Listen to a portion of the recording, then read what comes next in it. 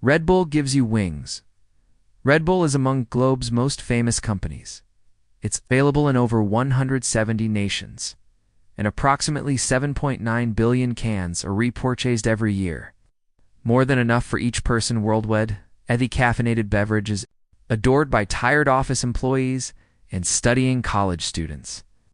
But did you know it was initially aimed at Thailand's working class, or that its creator was once a poor duck farmer? When Red Bull first launched, there was no similar product. The energy drink market didn't exist. Most assumed Red Bull would flop, but its founders thought differently, trusted their instinct, and turned a small niche into $1 billion global business. Are you ready to discover Red Bull Sonique backstory and pick up some valuable business advice on the journey? Then keep watching. Chalayo became Thailand's third wealthiest man.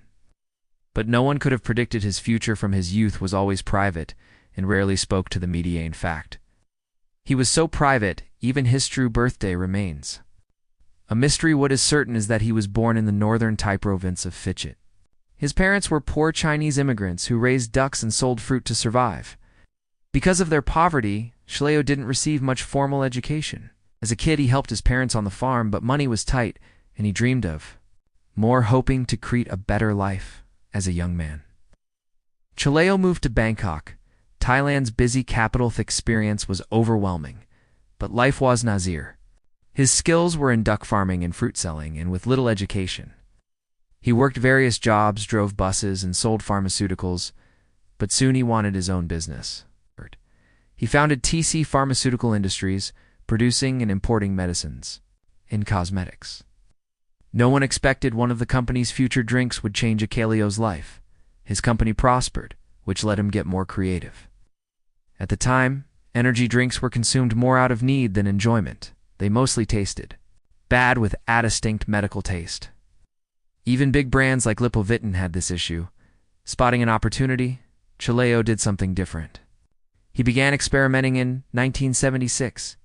He invented a syrupy drink called Krating Dang, a Red Bull. So you can guess where this story goes back then. Chalayo had no idea how huge this drink would become, and most experts didn't. Either his product wasn't successful at first, only sold in drugstores, and marketed as a boost for rural Thai laborers. As Thailand's economy modernized, however, Krating Dang slowly caught on more. People realized they could earn more off the farm, and the numbers of truckers, cab drivers, factory, and construction workers soared. Chalayo always promoted his drink as a stimulator for speed, endurance, and focus, which was exactly what exhausted workers needed. The working class loved it, and within years, Krating Dang became Thailand's top energy drink according to Chalayo's Sun Sarevit. The brand stood out by targeting blue-collar workers outside Bangkok. My father focused on building the brand, a strategy not often used then. He expanded into rural markets by giving free samples to truckers. Krating Dang's image got a boost through sponsoring Thai boxing matches by showing the two Red Bulls logo at these events. Chalayo wanted to connect his drink to Thailand's favorite sport. The logo itself was also meaningful. The two bulls show strength. The red stands for perseverance, and the sun means energy bot. Was a clever logo and sports sponsorship enough? Krating was a hit, and in the 1980s, Chalayo started exporting the drink, first to Singapore, then Hong Kong. But soon, the growth would go further than Chalayo could have imagined. On a Thailand business trip in 1982, Austrian marketer Dietrich Mateschitz tried a drink called Krating Dang, was amazed at how it beat his jet lag, and was immediately hooked. Dietrich, born May 20, 1944, in Sankt Marin, Austria, had a successful career in sales and marketing. It's mostly for shampoo and toothpaste firms. Not drinkish jobs sent him around the world, but he was growing bored.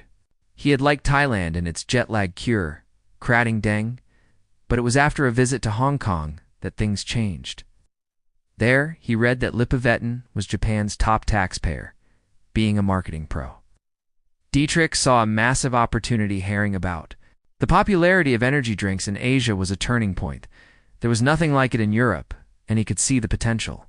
He quickly quit his job and found Chalayo. At first, Chalayo hesitated, but Dietrich convinced him. They each put up $500,000. And in 1984, Red Bull was born. Innovation often faces pushback. This time was no different. As they prepped to launch Red Bull, the plan got poor reviews. Test groups said the drink tasted bad and was sticky. Market studies were not positive. Ether critics said Red Bull would fail, was unhealthy, and the logo and name wouldn't work. Advice was to scrap the idea. Dietrich trusted his gut and did not quit. He carried on with his plan, but plenty of work remained before Red Bull reached the Austrian market. They spent 3 years tweaking the drink for Western tastes and perfecting the special. Marketing Dietrich wanted to carbonate the drink and make it look unique. He also switched the bottle for a slim silver can.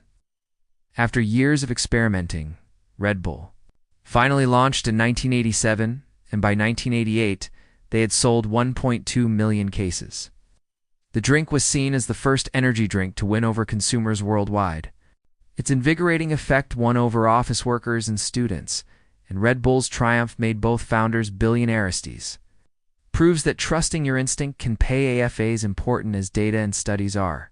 You should follow your intuition sometimes. Since buyers do too know, you may wonder how the team made the drink so popular. Mac of Red Bull's success comes from its creative advertising. Realized a new product needed a new kind of marketing. Dietrich followed Chelio's lead, loved extreme sports, and at the time, few big brands supported them. Becoming the top backer made sense from then on. Sports became Red Bull's focus, especially adrenaline-pumping ones. This made the brand different and let them avoid costly ads during big events. Most of all, by supporting action sports, they showed Red Bull was more than a drink. It was a lifestyle soon. The Red Bull's logo was everywhere at extreme sports. And Red Bull became associated with words like energy, thrills, and adventure, from Formula One to soccer and snowboarding. You'll spot Red Bull. Think of Felix Baumgartner's famous Stratos jump or their Red Bull flug tag events. Where people build their own flying mechanistus, Red Bull gives you wings. A new twist: these fun events help Red Bull connect with fans, and by selling a feeling, not just a product. They stayed in people's memories. They're creative. Marketing was unique at the time, but it worked and made both founders billionaires. When Chelio died in 2012, he was Thailand's third richest. Worth $5 billion, Dietrich is now Austria's richest, with $13.4 billion. Not bad. After Chelio's death, Red Bull stayed strong, and even a 2014 lawsuit couldn't hurt the brand. For years, Red Bull claimed its cans had the same caffeine as coffee, and no one checked. But when Benjamin Carruthers found this wasn't true, he sued. The jury sided with him, and Red Bull had to pay American buyers from 2002 to 2014 and add 2 eyes, 2 wings in the slogan. Todd. Red Bull is the top-selling energy drink worldwide. Dietrich still owns 49%, with the other half split between 11 members of Chelio's family. The last 2% goes to Chelio's eldest. Chalermone reason Red Bull keeps winning is its knack for smart marketing and sponsoring great events. They are still reaping the rewards of their creativity. This is the story of Red Bull. Thou Chelio is gone. He achieved what most can only dream of. A global, companeth, quiet Thai billionaire. Built his wealth with a special energy drink. Now sipped across the globe every day for over 40 years, Red Bull has set new standards in marketing and branding. Offering a model for startups who want to make a market, built a billion-dollar market from scratch and became one of the best-known brands.